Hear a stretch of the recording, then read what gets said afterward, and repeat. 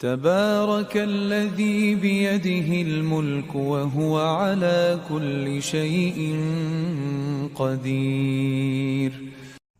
السلام علیکم ورحمۃ اللہ وبرکاتہ۔ امید ہے اور میری دعا بھی ہے کہ آپ سب لوگ خیریت سے اور ایمان کی بہترین حالت میں ہوں گے۔ جیسا کہ آپ لوگوں کو معلوم ہے، میری کوشش ہوتی ہے کہ میں ہر ہفتے آپ کے سامنے کچھ ایسے ٹاپک لے کر آؤں جو ہمارے معاشرے میں جز کی حیثیت رکھتے ہیں، یعنی مین پلر ہیں، اور ہم اکثر و بیشتر ان مسائل سے دوچار رہتے ہیں۔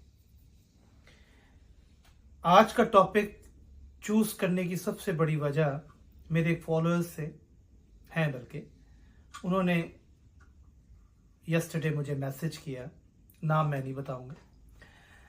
ان کا سوال تھا کہ بھائی جان، میں بہت زیادہ قرض میں مبتلا ہوں اور ریسنٹلی میری جاب بھی چلی گئی ہے، اور جن سے قرض لیا تھا وہ مجھے بار بار تقاضا کرتے ہیں اور مجھے نازیبا، یعنی ان کو بہت زیادہ بے عزت بھی کرتے ہیں، رسوا بھی کرتے ہیں۔ میرے لیے دعا کیجئے کہ اللہ تعالیٰ میرے روزگار کو قائم کرے اور میں جلد سے جلد اپنے اس قرض سے نجات حاصل کر سکوں۔ پہلے تو میری دعا ہے اپنے اس بھائی کے لیے، اللہ تعالیٰ ان کے رزق میں برکت عطا کرے، فراخی عطا کرے رزق حلال میں، اور اللہ تعالیٰ ان کو اپنے قرض سے نجات کے لیے اپنے غیبی خزانے سے مدد کرے، آمین۔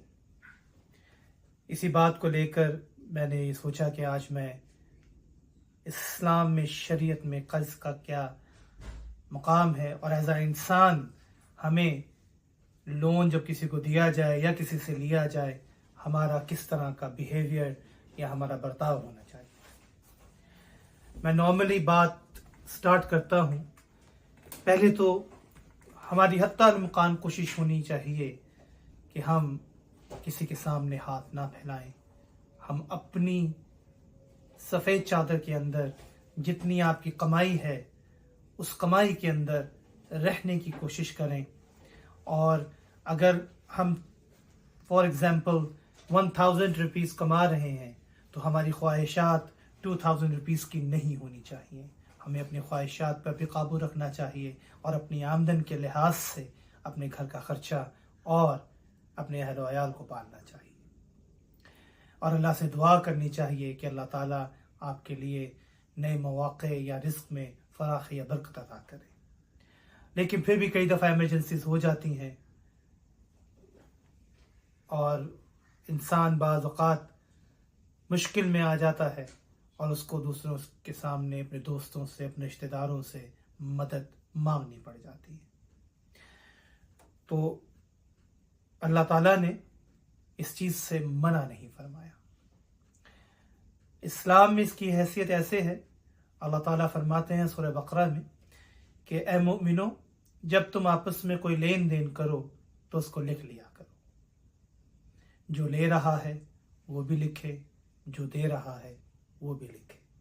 اللہ تعالیٰ یہ بھی فرماتے ہیں کہ ایک دوسرے کی مدد کیا کرو، کیونکہ جو مدد کرنے میں سکون حاصل ہوتا ہے وہ میرا نہیں خیال کسی اور ڈیڈ میں یا کوئی اچھے عمل کرنے میں آپ کو حاصل ہوتا ہے۔ جب آپ کسی کی مدد کرتے ہیں مشکل وقت میں، وہ چاہے فائنینشلی ہو، چاہے مورلی ہو، چاہے وہ اخلاق کے لحاظ سے ہو، وہ آپ کو دل میں بہت سکون دیتی ہے۔ یہاں پہ میں یہ دعا بھی کروں گا کہ اللہ تعالیٰ کبھی کسی کو کسی کا محتاج نہ کرے، کیونکہ انسان کی عزت اس کی سب سے بڑی طاقت ہے، اور ہم میں سے کسی کو یہ حق نہیں پہنچتا کہ ہم کسی کی عزت کو رسوا کریں، چاہے وہ الفاظ کی صورت میں ہو، گالی گلوچ کی صورت میں ہو، ہاتھا پائی کی صورت میں ہو۔ ہمیں یہ زیب نہیں دیتا، کیونکہ ایک مسلمان دوسرے مسلمان کا بھائی ہے، ایک مسلمان تو ہوتا ہی جسم کی مانند ہے۔ ایک دوسرے کی عزت کا خیال رکھنا ہمارا فرض ہے۔ اگر کوئی بھائی مشکل میں مبتلا ہو اور کسی دوسرے سے مدد مانگے तो दूसरा अगर इस पोजीशन में हो कि उसकी मदद कर सके तो इंशाअल्लाह उसको ज़रूर करनी चाहिए। मदद करने में और मदद मांगने में एक चीज़ का ख्याल बहुत ज़रूरी है, आप लोगों की इज्जत नफ्स। आप जिसकी मदद कर रहे हैं उसकी मदद करने के बाद पूरे माशरे में, अपने रिश्तेदारों में, अपने दोस्तों में ढिंढोरा मत पिटें कि ये मेरे पास आया था, इसके हालात ऐसे थे और मैंने इसकी मदद कर दी। इस तरह आप अपनी नेकी को ज़ाया करते हैं, क्योंकि जो शख्स आपके पास आया है वो खुद नहीं आया, अल्लाह ने उसको आपके पास भेजा है। इनडायरेक्टली आप अल्लाह के साथ ही लड़ाई कर रहे हैं। और वैसे भी आप अपने लिए ये पसंद नहीं करेंगे कि अगर आपको कभी ज़रूरत पड़ जाए, हालात ऊपर नीचे होते रहते हैं, मैंने बहुत अमीर लोगों को ज़मीन पर आते देखा है, तो कभी भी अल्लाह ना करे हालात आपके ऊपर हो जाएं और आप किसी से मदद मांगें और वो शख्स आपके बारे में पूरे जहां में ढिंढोरा पीटे तो आपको अच्छा नहीं लगेगा, आपकी इज्जत नफ्स मजरूह हो। तो यकीन कीजिए आसान तरीका, बेहतरीन तरीका यही है कि पहले तो मांगा ना जाए, अल्लाह से ही मांगा जाए, और अगर नौबत आ जाए मांगने की तो दोनों लोगों को इसकी राजदारी रखनी चाहिए और इसकी पासदारी करनी चाहिए। और अल्लाह ताला तो हमें ये हुक्म देते हैं कि अपने मुसलमान भाई और बहनों की मुश्किल हालात में मदद करो। एक और मर्ज जो इस कर्ज की सूरत में हमारे दिलों में रासिख हो चुका है, यानी पैदा हो चुका है, पनप चुका है, वो ये है कि हम जब किसी को कर्ज देते हैं और वो बंदा अगर वक्त में हमें मुकर्ररा वक्त में वापस ना करे तो हम उससे तकाजा करते हैं, तो हम ये भूल जाते हैं कि वो हमारा क्या लगता है, हमारा दोस्त है, हमारा भाई है, हमारा रिश्तेदार है, या एक मुसलमान है जिसकी आपने मदद की है। आप जब उससे तकाजा करते हैं तो आपकी जुबान बहुत सख्त और करख्त हो जाती है। ऐसा नहीं करना चाहिए। आपको नहीं मालूम कि आपका भाई किस सिचुएशन से गुजर रहा है, क्या पता उसके पास आपको देने के लिए वाकई पैसे ना हो जिस टाइम पीरियड का उसने आपसे वादा किया था। अल्लाह ताला सूरह बकरा में फरमाते हैं, और अगर तुम्हारा कोई भाई, सूरह बकरा आयत 280 यानी वर्स नंबर 280 में है, अगर तुम्हारा कोई भाई मुश्किल हालात में हो, यानी कि वो पैसे देने जो उसने आपसे कर्ज लिया है वो अदा करने की हालत में ना हो, तो उसके साथ बहुत काइंड होकर, बहुत मोहब्बत से बात करें और उसको और वक्त दें ताकि वो आपको आपका कर्ज वापस कर सके। जुबान की तलखी, अल्फाज की खटास आप में और उसके दरमियान दूरियां पैदा कर देगी और नौबत लड़ाई तक आ जाएगी। अगर आप मोहब्बत से बात करेंगे तो यकीनन सलूशन निकल आएगा। यहां पे मैं ये कहता चलूं, बल्कि मैं क्या कहता चलूं, मेरे अल्लाह के अल्फाज हैं। सूरह बुखारी में ये 2216 रवायत है हज़रत अबू हुरैरा रज़ी अल्लाह तआला अन्हु से। आप फरमाते हैं, अल्लाह के नबी सल्लल्लाहु अलैहि वसल्लम ने फरमाया कि तुम में से जो कोई कर्ज इस नीयत से ले कि वो इसको वापस करेगा तो अल्लाह ताला उसके लिए ऐसे असबाब पैदा कर देता है कि वो बंदा अपने कर्ज को वापस करता है। और अगर तुम में से कोई कर्ज इस नीयत से ले कि मैं इसको वापस नहीं करूंगा तो अल्लाह ताला उसको तबाह बर्बाद कर देता है। अस्तगफिरुल्लाह, अल्लाह ताला हमें इस चीज से बचाए। एक और चीज जो कर्ज की सूरत में जो मुझे भाई के मैसेज से भी समझ आई, अल्लाह ताला उन लोगों को बड़ा पसंद करते हैं जो अपने भाइयों को कर्ज दें और अगर वो अदा ना कर सकें तो वो अल्लाह के लिए उस कर्ज को माफ कर देते हैं। और यकीनन अल्लाह ताला फरमाते हैं, मैंने ऐसे लोगों के लिए बहुत इनाम रखा है। चाहे वो इनाम वो दुनिया में दे, ये उसकी शान है, या वो आपको आखिरत में दे, ये भी आपके अल्लाह की शान है।